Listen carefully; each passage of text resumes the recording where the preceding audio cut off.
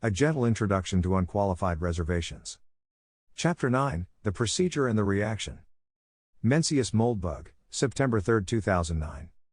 Today you begin your irreversible descent into black, unthinkable madness. In retrospect, of course, the process will appear as it is, an ultimate ascent. Out of the computer's infinite fluorescent maze. Into the glorious air of pure, unfiltered reason. The last hatch is unlocked above your head. The ladder is at your feet. Warm sunlight, green grass, and real reality, this alone is Earth's program. Dare you continue? It is not too late to turn back. For this chapter brings the true red-hot pill of sodium metal, now igniting in your duodenum. Smile grimly. You have almost passed through the flame. You know what history really is, and what it really has to teach us. Now, all you need to learn is what to do about it. What is the reaction? The procedure. The 3 steps. Laugh a while you can, monkey boy. One day, your kids will come home from school and explain it all to you. I feel it's essential, at this tense moment, to break the ice with a link to the best Wikipedia page ever, Glossary of the Greek Military Junta. Read the whole thing. While could use a glossary itself, it must bend its neck before this awesome, and totally unknown, Hellenic masterpiece. Who needs a modern structure, when we have a synodeporia? What is universalism, but the skodidismos? And what is true peace, but isakia, taxis chiasphalia? Anyway. Obviously, like any real phenomenon of history, the Greek colonel's regime had its pros and its cons. I am not equipped to measure them. I just like the doxology. Real things happen. Usually without a plan. They have to be judged as what they are. One can still plan, however. And since we cannot plan the real, we can plan only the ideal. The reaction is an ideal plan for a discontinuous transition of sovereignty, or reboot. The procedure is what you can do, dear reader, to help make the reaction happen. A sovereign is defined by its decision structure, the institutions and mechanisms by which it decides to do whatever it does. A reboot is any complete and instantaneous replacement of a sovereign decision structure. The new management inherits full control over all the assets and liabilities of the old enterprise, discarding its procedures and discharging its employees. It is of course free to retain both, but it probably won't. For example, your old decision structure might be, the Constitution of the United States of America, under the laws of Congress and the several states, as executed by the President and judged by the Supreme Court, answering through free and fair democratic elections to the self-governing American people. Your new decision structure might be, Chuck Norris. So, at 11:59 and 59 seconds p.m. on Reaction Eve, the Constitution, etc., is as valid as ever, and you get yourself just as arrested as ever if you try to FSCK with it. At 12 a.m. on Reaction Day, the Constitution is out and Chuck is in. So what do you do on Reaction Day? Go to work, or school, or church, or whatever a decent citizen like you does with your peaceful, productive day. In theory, the reaction could happen on a Tuesday night and the rest of your workweek would continue as always. In reality, it may be impossible to prevent spontaneous outbreaks of massive partying. If you haven't already seen the silent majority in the streets, grilling hot dogs and grinning like fools, you'll see them now. In short, a reboot has about as much in common with your common, or garden, revolution as a beautiful young woman has with a Gila monster. The two are, quite simply, opposites. Whether your reboot is the true reaction, dear reader, or some improved model of your own design, please do not use that other or word. For to describe it as soiled, is to describe shit as shitty. Of course, the reaction does not actually hand USG over to Chuck Norris's tender mercies. Not that I would object to any such thing. Just that I suspect better outcomes can be achieved. So let's rewind the tape, and remember that our little Vulcan nerve pinch is an engineering problem, not an action movie. First, as practitioners of political engineering, a discipline of non-trivial antiquity, much neglected in our time, we'll have to start by getting our terms straight. Before the reaction, sovereignty is held by the modern structure. After the reaction, sovereignty is held by the new structure. Its predecessor, renamed to connote its new status as museum furniture, becomes the old structure. The procedure is so slow, the prospect of any new structure so remote, that for now it's easy to just talk about the structure. Please remember that this term, despite its sick Logan's Run ring, is quite neutral. Every institution, sovereign or otherwise, has some decision structure by which it decides its actions. The term constitution, as in unwritten constitution, though synonymous, is easily confused with some capitalized formality. If a structure is poorly engineered, formal power and real power inevitably diverge over time, leaving the former as fraudulent camouflage, in Carlyle's simple word, a sham. For instance, no sensible person could describe the Constitution of 1789, as now amended, as an accurate description of the process by which Washington, in 2009, makes decisions. But still, true if feeble sovereignty, the imperium maius, exists in Washington. It is held by the Committee of Nine, who dictate the central record. If you have never heard of these fine institutions and cannot remember whether or not they appear in Logan's Run, they are otherwise known as the Supreme Court in constitutional law. Neither has much to do with 1789. In our American reaction, we're replacing the decision structure of USG. This is an inherently discontinuous transition. To make the change as clear as possible, the new USG will need a new name. Let's be unimaginative and call it NUSG versus USG. NUSG is to inherit all assets and liabilities of USG, and none of its decision structure. The transition is non-destructive, instantaneous, and unconditional, like any civilized change of management. I'll assume the sovereign being rebooted is USG. For one thing, USG is the only true sovereign in the world today. Even the independence of Russia and China is dubious. But for readers overseas, if you want to be an independent country in the 21st century and you're not the United States of America, you need to do two things. 1. Withdraw from the UN and other international institutions. These are actually American institutions. By remaining in them, you're declaring that you remain one of America's outer provinces, client, satellite, and dependent of the Beltway, at least in some ideal future. You must make it clear that, to you, this future is dead as the Holy Roman Empire. Declare unilateral independence, revert your foreign relations to classical international law, equalize your balance of payments, expel all foreigners who are not tourists or businessmen. If America needs to talk, it has your email. 2. Restore your intellectual independence. A regime is not independent unless it can think for itself. Your bright, shiny new state needs a new history and a new economics for certain. Even the hard sciences could use a good bit of auditing, and actual theological work is by no means out of the question. At present, you import all these commodities from America, specifically, Harvard. Some are good, others not so good. It is not worth your time to tell the difference. We must deal with Harvard, and we will. You can keep your smart young people at home and pay them to think and write. They will. Your nation's success depends on the extent to which they arrive at actual truth, rather than the old democratic nonsense or some new pile of whack. Of course, there's already a term for a complete transition of sovereignty, regime change. There's even a term for an internally initiated regime change. That term is coup, or, more teutonically, putsch. We resort to Ur's customary weakness for invented doxology because, while every reboot is a coup or putsch, not every coup or putsch is a reboot. And the reaction is a reboot, but not every reboot is the reaction. To be precise, the reaction is a non-destructive and unconditional transition in sovereign control to a new decision structure which is secure, effective, and responsible. Everyone to whom this sounds scary and awful, please raise your hand. See, it's not so bad. In plain English, all the reaction does is toss out the present grinning, incompetent bastards and replace them with actual adult supervision. What could be simpler, or more desirable? The only catch is that the reaction has to work perfectly and on the first try. We're performing an unprecedented experiment on a hot, running sovereign. If it blows up, anything can happen. Hitler, for instance. We may not have Hitler. We may not be Hitler. But we could clone Hitler. And if the Russians have lost that skull fragment, we can backbreed a new race of Hitlers. Indeed, this has already been done, with cows, without any field testing at all, with only one try to get it right. Can we satisfy ourselves that the result of the procedure will be actual sane government, and not Hitler? Indeed we can. But not through hope, good thoughts and the power of positive thinking. There is only one dark, half-magical art that can produce reliable quality on the first try. It uses no newt blood at all. It is called engineering. The reaction is Hitler-free because its engineers understand the Hitler phenomenon precisely, and to avoid it take precautions effective and redundant.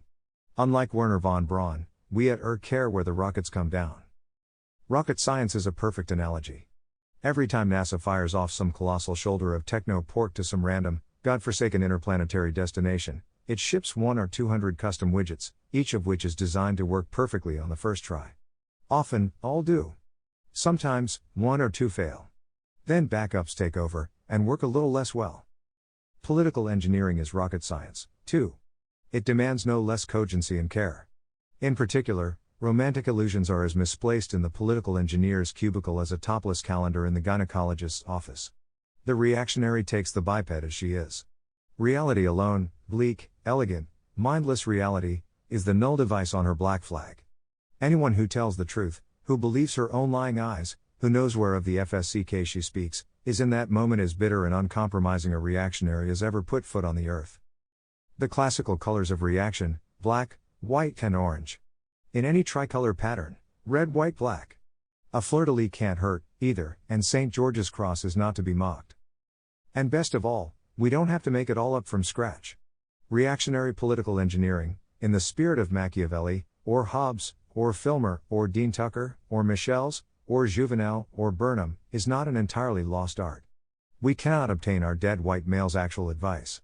But thanks to Google, everyone on Earth owns their complete works to 1922. The reactionary may have no friends in real life, but the Balrogs in town are all on his side.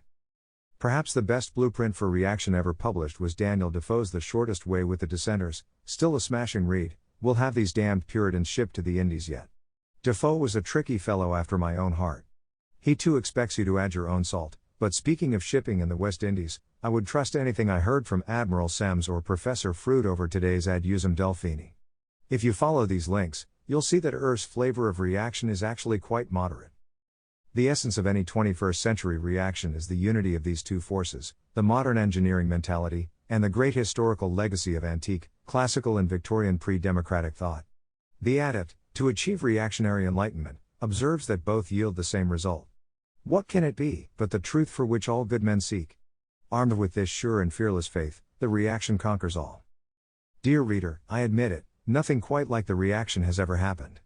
But why not try it anyway? Lots of things happen for the first time.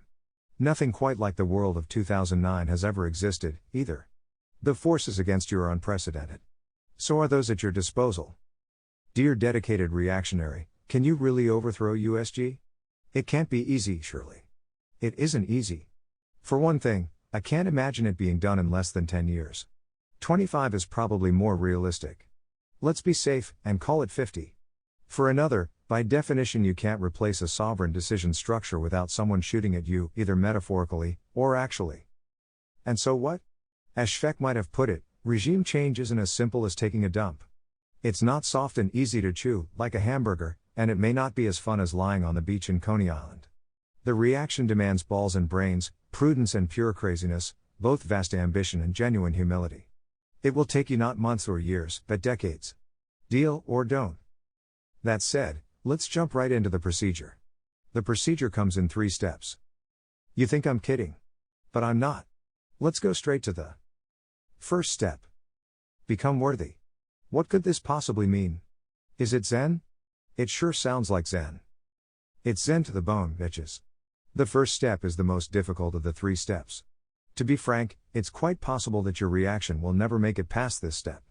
It's more than possible. It's almost certain. But waste your time on the first step, and what have you wasted?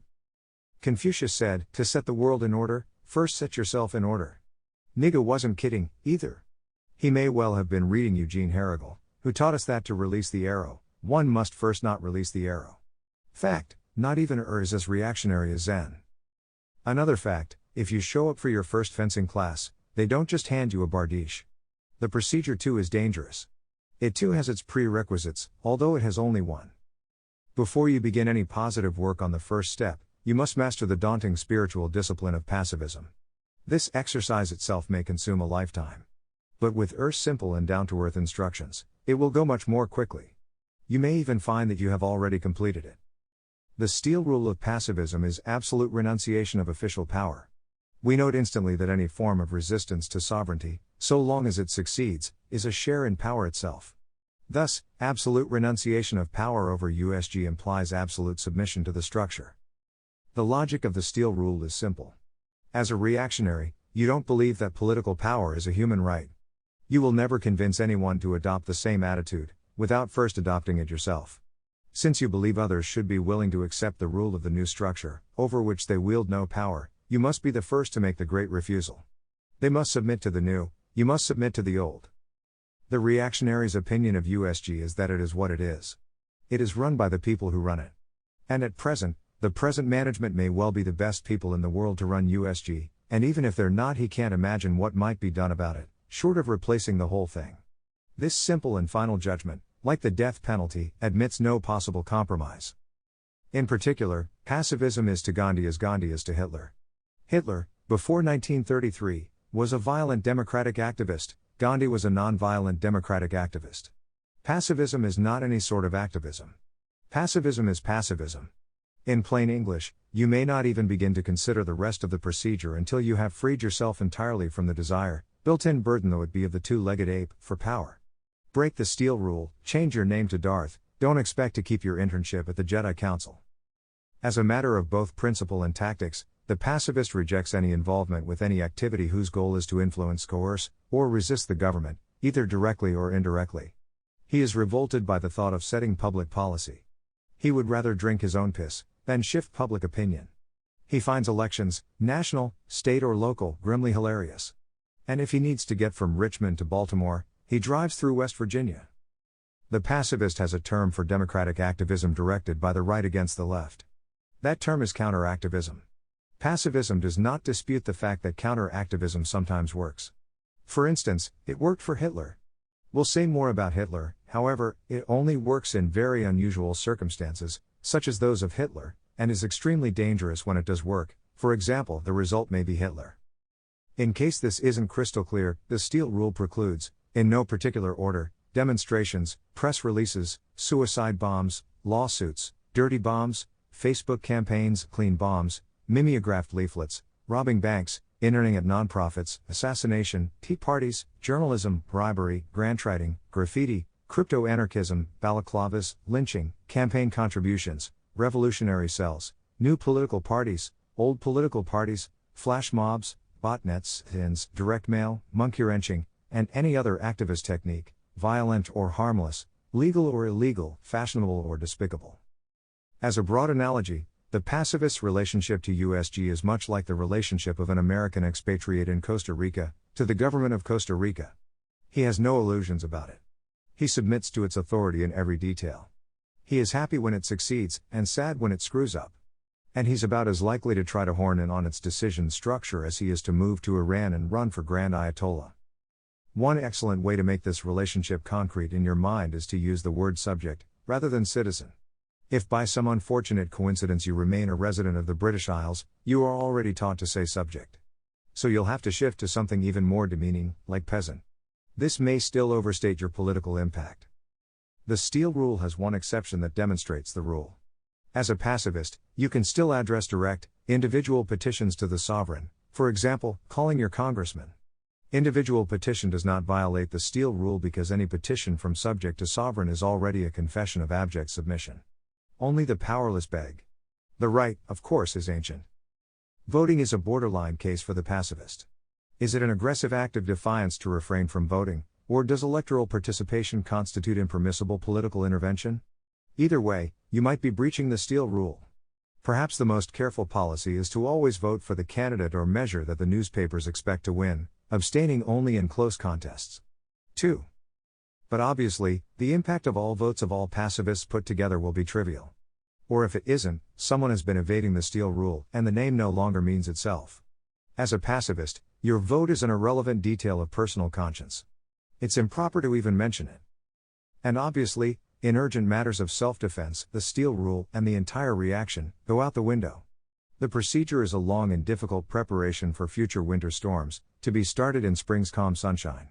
If a freak May blizzard strikes in the first step, if the midget race war breaks out, obviously no one can blame you for resorting to more direct strategies. And that's the steel rule. I don't think it gets much clearer. But, why? Why, exactly, are you a pacifist? You thought you were trying to seize power. But here you are, renouncing it irrevocably. What's up with that? But there is no contradiction at all. Passivism is Zen. It is non-Zen. It is counterintuitive and romantic.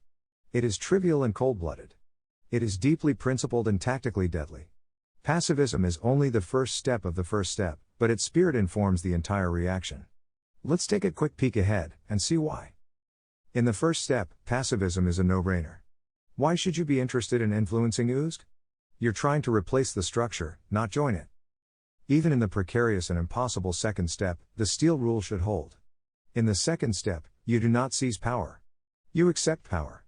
As we'll see, it's totally different. And even if this bold assertion is not perfectly validated, your long and rigid training in the steel rule will help you guard your soul from any inadvertent or unavoidable contact with the plutonium.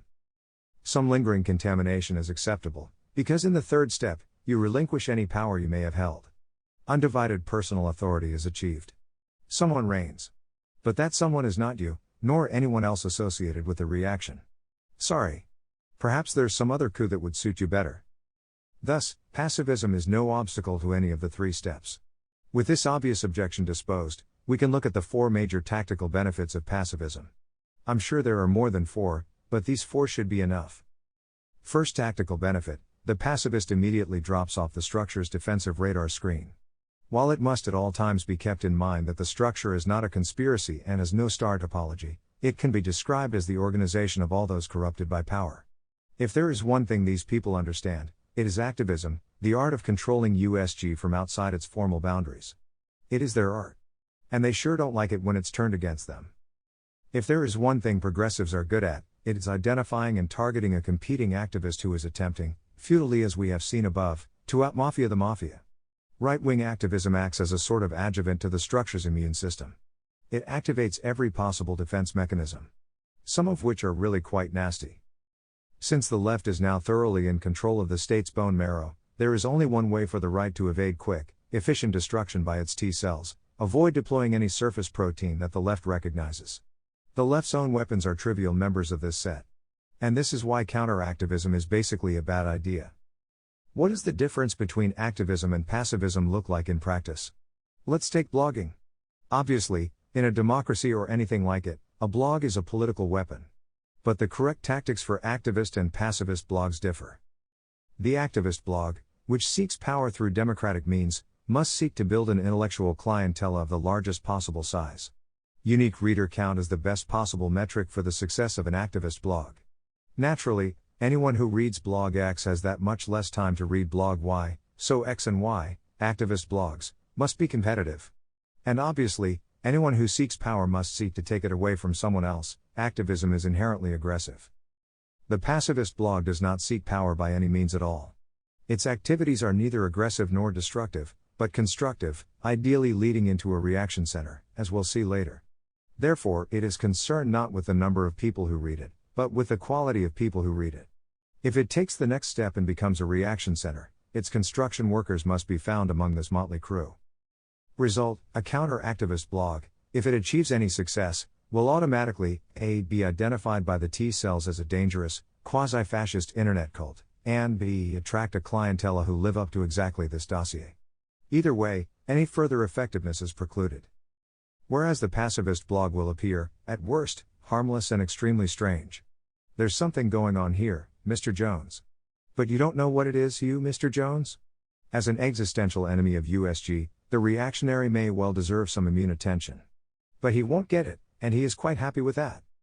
True fact, the author of has received over 7 zillion very interesting emails, all of which deserve responses, often long, that most have not received, but will.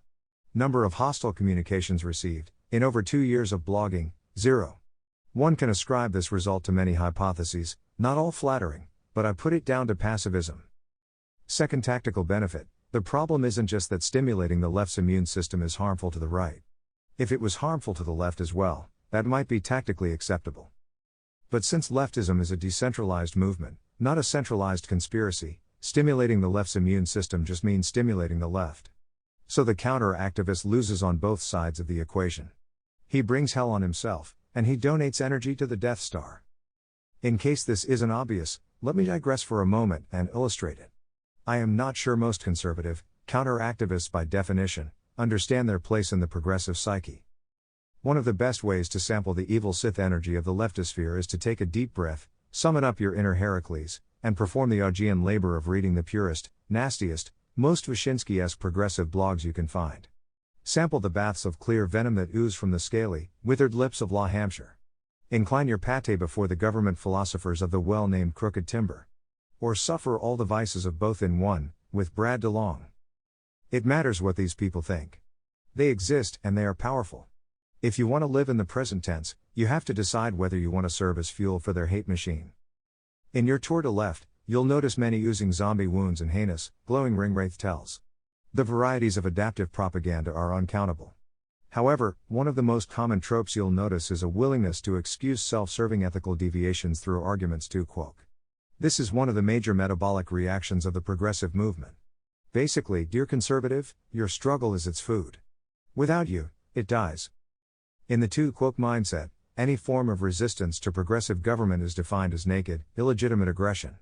It naturally produces a counter-reaction which is just as aggressive, often more unprincipled, and always much stronger. A fine example is the complete extirpation of the pre-Buckleyite American right, which repaid McCarthyism $10 on the dime. If you imagine an America in which communism suffered the same fate as McCarthyism, you imagine a very, very different America. Perhaps the most diabolical instance of this Poland invades Germany syndrome was the legal realist movement, which in the 20th century converted the Anglo-American common law from asset to liability. The legal realist reasons as follows: the vast right-wing conspiracy trademark does not really believe in natural law and textual interpretation, but is a big liar and legislates from the bench for reasons personal, venal, or conspiratorial.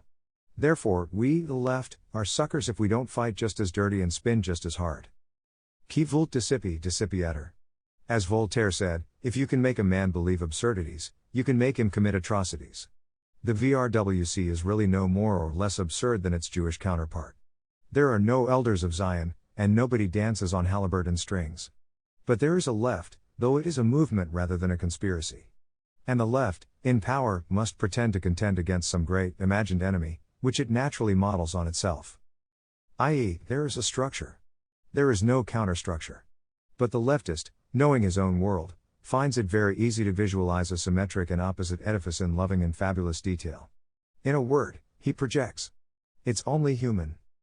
For example, one thing I always had trouble understanding about the history of World War II is why Japan never attacked the Soviet Union. Clearly, Japan and Germany could easily have defeated Russia by attacking from both sides, splitting Eurasia between the axis. Or at least, this is an obvious strategy given the ad usum Delphini version of this historical event. So why didn't it happen? The simple answer is that there was never any such entity as the Axis, at least not in the sense that there existed the Allies.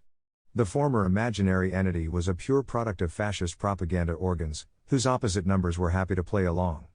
In reality, the Axis was three separate countries, Japan, Germany and Italy, none of which really trusted each other at all, but had put their names together on a treaty or two. Given that all parties to these pacts were on the record as considering all treaties worthless scraps of paper, we know exactly what they were worth in private. Nothing like the joint military planning of the Allies existed between the Axis.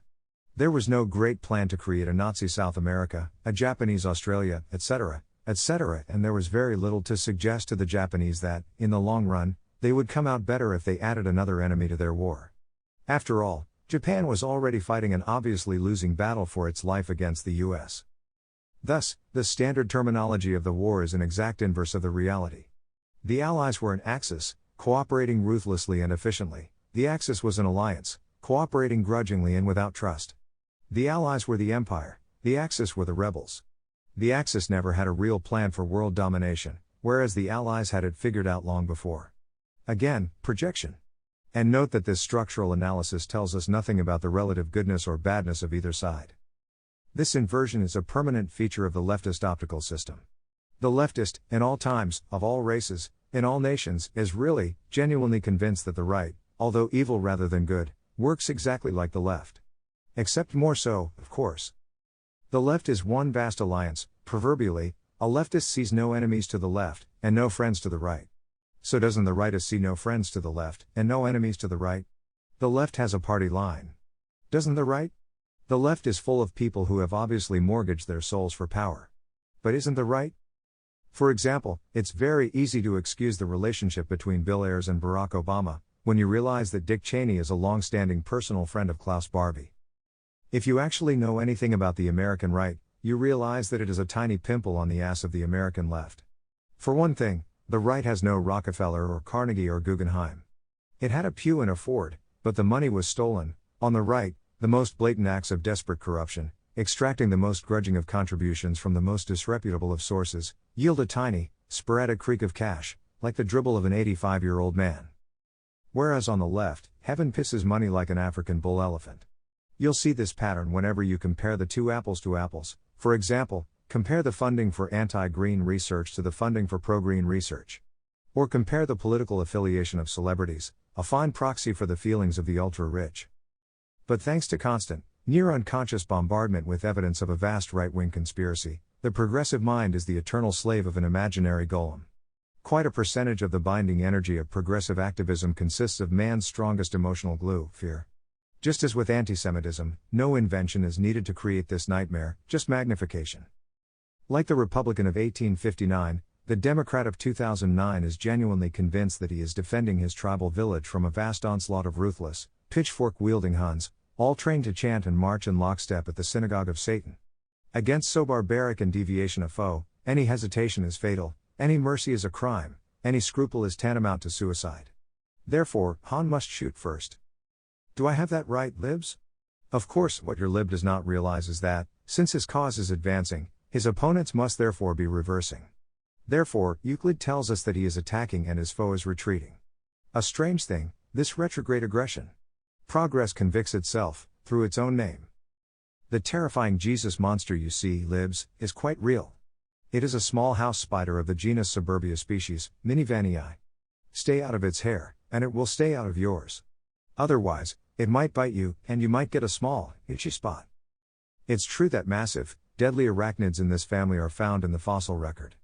It's also true that they've been shrinking steadily for the last 30 million years. You might well be face to face with a living fossil. Anything can happen. But first, look without your reading glasses. I suspect you may have the magnification set too high. Take an example, where was gay marriage in 1979? The era of Anita Bryant and the Briggs Initiative? Of the Hard Hat Riot? Dear progressive, you can hardly admit that progress hasn't happened, by your own definition. But this means your cause is going forward and your foes is going backward, which means you are attacking and he is retreating. So shouldn't it be the spider who's afraid of you, not you who's afraid of the spider? I know I am beating a dead horse here. But you probably have friends who haven't seen the light yet, dear reactionary. Try this one out on them. And to get back to the point, fear is seldom found on its own. It almost always generates another emotion. That emotion is hate. Living in San Francisco, I have seen plenty of both fear and hate. But one thing I haven't seen much of is hate in the absence of fear. Since, as all external observers can agree, the progressive movement is largely held together by hate, active resistance from the right is not just a waste of effort. It actually contributes to the left's metabolism. I am not the first to notice this, call it the Dabney effect. If the Dabney effect is feeding the parasite, cutting off the Dabney effect can only starve the parasite. Thus, passivism should in theory act as a kind of antibiotic or chemotherapy against the left. Or if you prefer sports metaphors, it's just the old Rick Mahorn move of pulling the chair. Mr. Mahorn was not renowned for his overall gentleness in the post position. It's even possible that if the entire conservative side of the fence could somehow convert itself to passivism, a prospect which is of course inconceivable, progressivism would lose too much energy to continue existing. It would reach its Roche limit, so to speak, and collapse of collective apathetic sclerosis like its cousin, communism. Think of what the Kremlin would have paid for a tame opposition which was credible, loyal, often irritating, and never dangerous. The alternative, of course, is to crank up the activism until the 85-year-old man actually outpisses the bull elephant. The belief that this has a chance of working sits oddly with the general tragic vision of the conservative. It is not the only such inconsistency. Moreover, if counter-activism somehow actually does work, we arrive at the converse of our third benefit. That is, of course, Hitler. While successful counter-activism might not always produce Hitler, we cannot avoid the fact that it did produce Hitler. Thus, third tactical benefit, Hitler prevention. To an orthodox reactionary, Hitler is basically the poster child for what happens if you break the steel rule. Fascism is reaction, but laced with cancerous tumors of democracy, right-wing populism, as people say these days. If it loses, it loses. If it wins, the tumors grow. An improvement on communism, but not much of one. Just about all of Hitler's shtick, right down to the name of his party, was ripped off from the left. Who introduced nationalism to the continent of Europe? The Habsburgs, or Garibaldi. Under this camouflage, which never convinced anyone with a college education, Nazism was never in any way leftist. Rather, it was a demotic corruption of the old Prussian tradition. Even before World War I, the tradition of Frederick had become heavily contaminated with romantic populist jingoism. By the 30s, the German right was armed with all the nastiest brass knuckles that the international left could supply. Everything evil that the Nazis ever did, the Bolsheviks had done first. Everything there was to learn from George Creel, Goebbels knew. Contra Jonah Goldberg, even contra Kunal Ladin, whose jockstrap Goldberg is not fit to carry, Hitler was not a leftist. He was a rightist. Leftism is like a club, you can't just say you're a leftist, and be one. You have to actually be accepted into the club. You have to be part of the left, and if you're not, you're part of the right, i.e., the set of all those competing, unjustly of course, with the left. On a social network graph, it's very obvious who is and who isn't. And National Socialism was never, ever part of the graph. It had very few friends, connected very weakly, in the US and Britain. Compare it to Leninism, and you'll see the difference instantly. Hitler and I are not in the club, and nor are you, and if you are, you won't be for long. Since the right is a negative set, unorganized by definition, rightists cannot be expected to share any consistent pattern of attributes, or to cooperate effectively on any positive project. Thus, they tend to lose, an almost infallible historical marker of rightism. Since most people are neither historians nor philosophers, the fact that Hitler was on the extreme right, and this reaction is also on the extreme right, raises some natural concerns. Again, the only way to face these concerns is to a. Provide a complete engineering explanation of Hitler, and b. Include an effective anti-Hitler device in our design. The reactionaries' basic answer to the Hitler question is the law of sewage. This is not my invention, but I don't know where I got it. Heinlein, perhaps? The law is, if you put a drop of wine in a barrel of sewage, you get sewage. If you put a drop of sewage in a barrel of wine, you get sewage. You'll find that this rule applies perfectly to many fields of human endeavor. Thus, Nazism contains a great deal of reactionary wisdom, because those who created it were quite familiar with the old continental tradition of government. However, the Nazi movement originated as a democratic political party. Thus Nazism combined the venom of democracy with the experience and efficiency of Prussia, an understandably dangerous combination. The mixture, again, was sewage, and I say that as one who has plowed through both Sven Hedden's Germany and World Peace and Cesar Santoro's Hitler Germany as seen by a foreigner. Margherita Sarfati's 1925 The Life of Benito Mussolini, though, is not entirely unentertaining. The best fascist work of the 30s I've found is British, Francis Yates Brown's European Jungle. The best Nazi memoir may be Reinhard Spitz's How We Squandered the Reich. But none of this is saying a lot. Here at our diligence is your indolence. You can say one thing for Hitler, at least the young Hitler, he was successful. 1933 in Germany was a real reboot, as was 1945 in Germany. Here at we feel free to learn from both. Wine will be found in either barrel, as will sewage. The mix goes in the test tube, not in your mouth. But 1933 was a revolution, not a reaction, just as wine mixed with sewage is sewage. Like all 20th century regimes, the Third Reich controlled its subjects by seducing them with the mirage of mass political power. As Robert Michels had already explained, the people, by any name, can never hold power. Power is held by an oligarchy at most. Whether Nazi Germany was more monarchical or more oligarchical can be debated, but it certainly embraced the principle of popular sovereignty. The classical monarchy and the 20th century one-party state are very different political forms. How does this work in practice? In practice, an activist policy attracts supporters because humans, of all races, alas, are apes, and apes are attracted to power. Typically the activist superego explains this in terms of the noble goals which he will achieve with said power. These noble goals are generally found to include making other apes dependent on him. His good old ape ego, however, is attracted to the feeling of collectively struggling for power.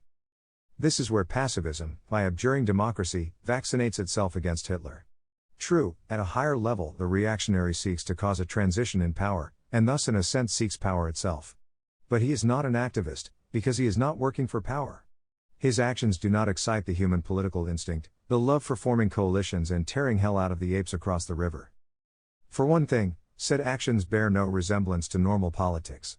For another, they cannot bring any actual power to the actors, even if they succeed.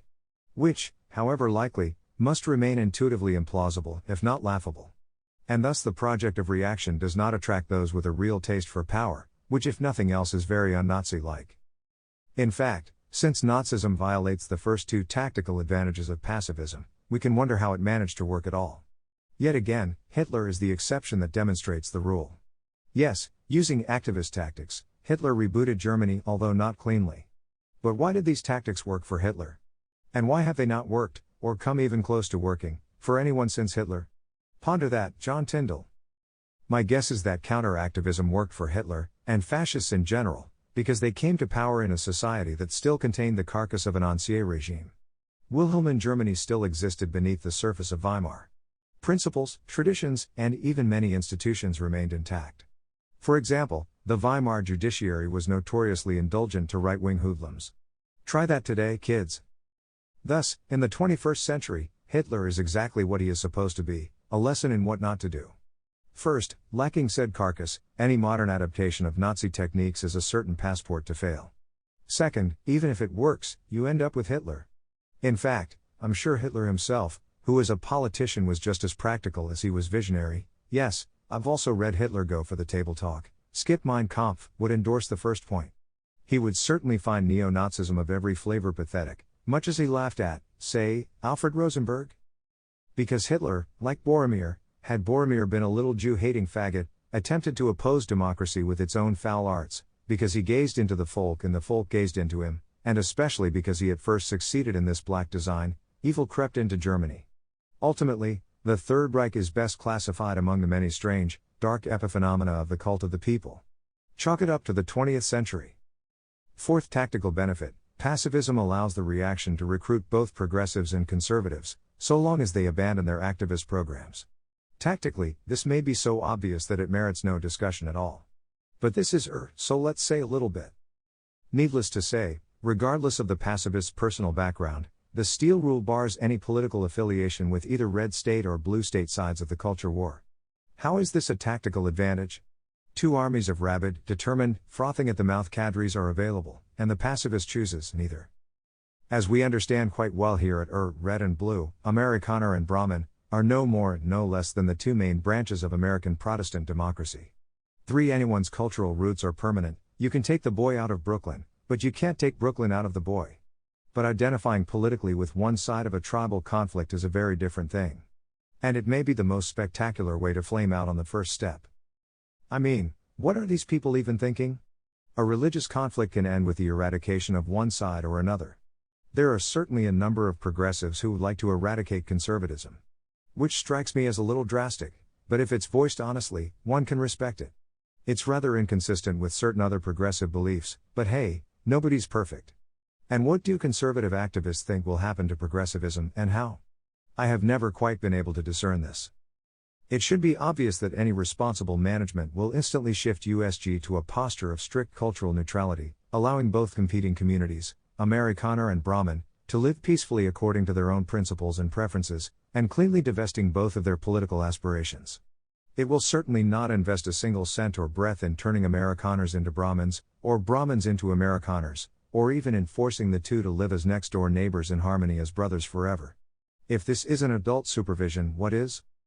Of course, there's no way to avoid the fact that in USG as she is today, it's the Brahmins who hold the stick, and the Amerikaners who get its short end in the tail. Inside the Beltway, it's always Giuliani time for the flyover states. The only question is how deep the plunger plunges. In the reactionaries' book, the cure for this awful, degenerate scenario is not to give the Amerikaners more political power, but to remove all political power from both Brahmins and Amerikaners. After democracy, they no longer have any way to fight. Remaining belligerent pretensions become comical, the nasty political arms of their respective theologies atrophy, turn black and fall off, neither has to drink the other's beer, and the common decency of both sides, despite the insufferable, naive pomposity of the Brahmins and the irreparable boorish ignorance of the Amerikaners, reasserts itself. Reaction can only succeed as a movement of national unity. Again, the long-term tactical potential of this piece should be self-evident. It offers a decent deal to both sides of the war. In exchange for abandoning the hopeless dream of resistance, Amerikaners get to feel what life is like without constant colonic splinters. In exchange for abandoning the sadistic thrill of domination, Brahmins get to feel what life is like without the constant fear that Jesus is about to capture Washington and turn NPR over to Pat Robertson. All sing Kumbaya and Dixie, agree to disagree, the farce is over, and the show is cancelled. Once again, this ending is a long way away. Traditionalist religious conservatives, in particular, should consider this. Which traditionalist sects in America have been most successful in preserving their values in society? Answer, probably a tie, between the Pennsylvania Dutch and the Brooklyn Hasidim. What do both these communities have in common? In a word, passivism. To survive, submit and adapt. To be destroyed, try to fight back. Thus we see the tactical power of the steel rule. I'd like to think the Baron de Batz would approve. If the moral principle doesn't convince you, the tactics should. We will now assume that the steel rule is indelibly engraved in your soul. With your chi fully charged, your brain laundered and your spiritual center centered, we can talk about what to do. Boldly, you stride forward on your quest, which continues in Chapter 10. Footnotes. 1. The inclusion of the numeral 1 in 1 is an intentional bit of internet slang. 2. Moldbug later came to the same conclusion as most other neo-reactionaries: don't vote. As he explains in The Lightworker Wants to Touch Your Junk, so who should you vote for? You shouldn't vote, of course. Whatever you think you're doing when you vote, you're just endorsing the whole insane system. The only exception is if the vote is cast in a true election, as explained in The True Election, a practical option for real political change. 3. Recall from Chapter 8 that Americana refers to red state Americans. Meanwhile, Brahmins are blue state Americans, as Moldbug writes in an open letter to open-minded progressives. Briefly, Brahmins are America's ruling class. The Brahmin tribe is adoptive rather than hereditary. Anyone can be a Brahmin, and in fact the less white your background the better, because it means your achievements are all your own. As with the Hindu original, your status as a Brahmin is not a function of money, but of your success as a scholar, scientist, artist, or public servant. Brahmins are people who work with their minds.